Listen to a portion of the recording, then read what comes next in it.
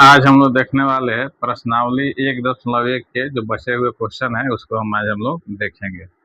देखिए दूसरा क्वेश्चन दिया है, दर्शाइए कि कोई भी धनात्मक विषम पूर्णांक 6q+1, 6q+3 या 6q+5 के रूप का होता है, जहाँ q क्या है, कोई पूर्णांक है। तो देखिए सबसे पहले हम लोग क्या मान लिए हैं कि a जो है एक धनात्मक विषम पूर्णांक है तथा b बराबर क्या माने हैं, 6। 6 इसलिए माना गया है कि देखिए ये सब 6 के गुणज में है, 6 क्यूब, इसलिए b बराबर क्या मान लिया है, 6। और हम लोग जानते हैं यूक्लिड विभाजन से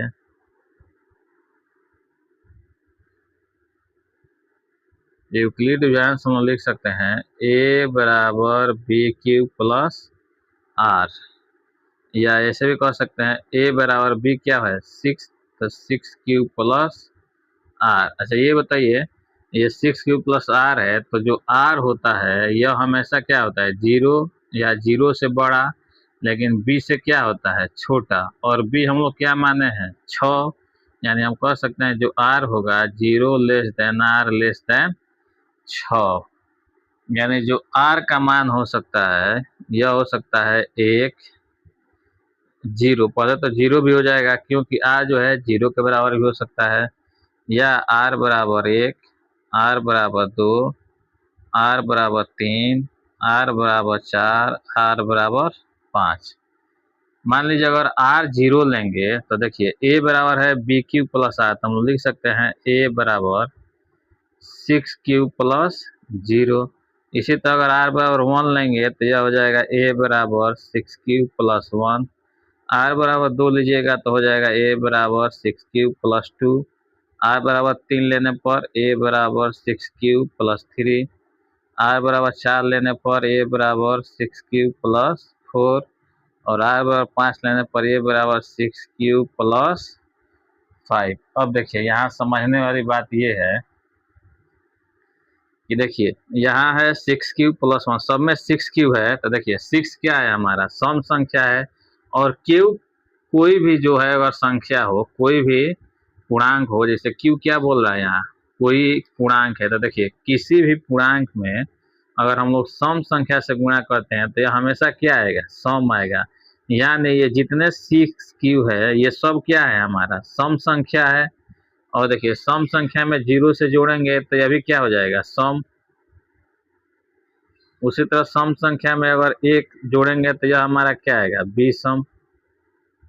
या सम संख्या में कोई भी विषम संख्या जोड़ने पर क्या आ जाता है, विषम। उसी तरह यहाँ देखिए सम +2 क्या है, सम संख्या, तो ये भी हमारा क्या आ जाएगा, सम। उसी तरह देखिए ये है सम + विषम, तो यह क्या आ जाएगा, विषम। उसी तरह 6q + 4 यह हमारा क्या आ जाएगा, सम। और 6q + 5 क्या आ जाएगा, विषम। तो देखिए यहाँ हम लोग क्या देख रहे हैं कि देखिए 6q+1 है, ये भी विषम आया है। 6q+3 है, ये भी विषम आया है। 6q+5 है, ये भी विषम आया है। यही तो क्वेश्चन में कह रहा है कि अगर धनात्मक विषम पूर्णांक है तो हमेशा किस रूप में होगा, 6q+1, 6q+3, 6q+5। देखिए 6q+1 विषम आ गया, 6q+3 विषम और 6q+5 विषम। तो यहाँ से हम लोग कह सकते हैं कि कोई भी धनात्मक विषम पूर्णांक है तो वह 6q+1 या 6q+3 या 6q+5 के रूप में ही होगा, जहाँ q क्या है, पूर्णांक है। अगला क्वेश्चन हम लोग देखते हैं, दिया है सेना के किसी परेड में 616 सदस्यों वाली सेना की एक टुकड़ी को 32 सदस्यों वाली सेना की दूसरी टुकड़ी के पीछे मार्च करनी है। दोनों टुकड़ियों को समान संख्या वाले स्तंभों में मार्च करनी है। उन स्तंभों की अधिकतम संख्या क्या है जिनमें वे मार्च कर सकते हैं। देखिए स्तंभों की जब अधिकतम संख्या पूछेगा या कोई भी क्वेश्चन है अगर उसमें अधिक से अधिक संख्या पूछता है या बड़ी से बड़ी संख्या पूछता है तो हम लोग निकालते हैं HCF, यानी स्तंभों की अधिकतम संख्या हो जाएगा इसमें, स्तंभों की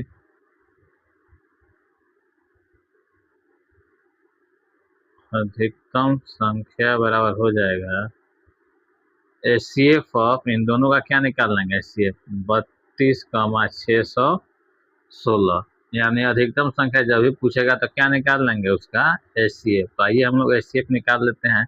तो यहाँ देखिए 32 616 में बड़ा है 616, तो हम लोग मान लेंगे ए बराबर 616 और बी बराबर 32। और यूक्लिड विभाजन से हम लोग जानते हैं यूक्लिड विभाजन से होता है ए बराबर बी क्यू प्लस आर।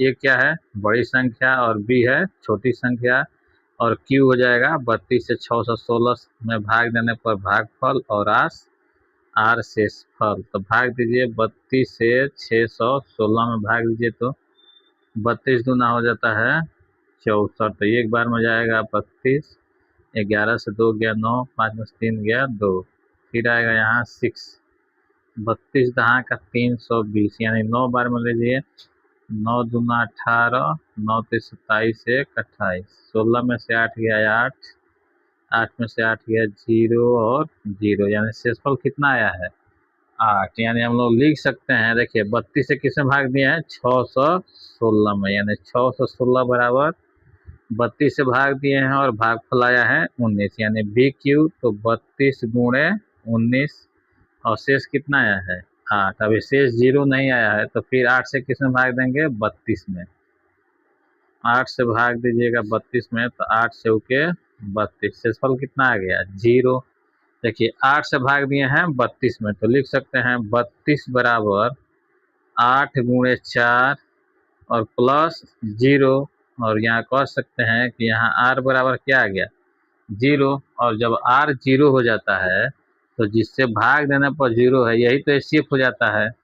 यानी हम कह सकते हैं HCF ऑफ 32, 616 बराबर कितना 8। और क्या पूछा है, स्तंभों की अधिकतम संख्या, तो यही हो जाएगा आंसर, यानी स्तंभों की अधिकतम संख्या जो है यह हो जाएगा 8, यही क्या हो जाएगा आंसर हो जाएगा।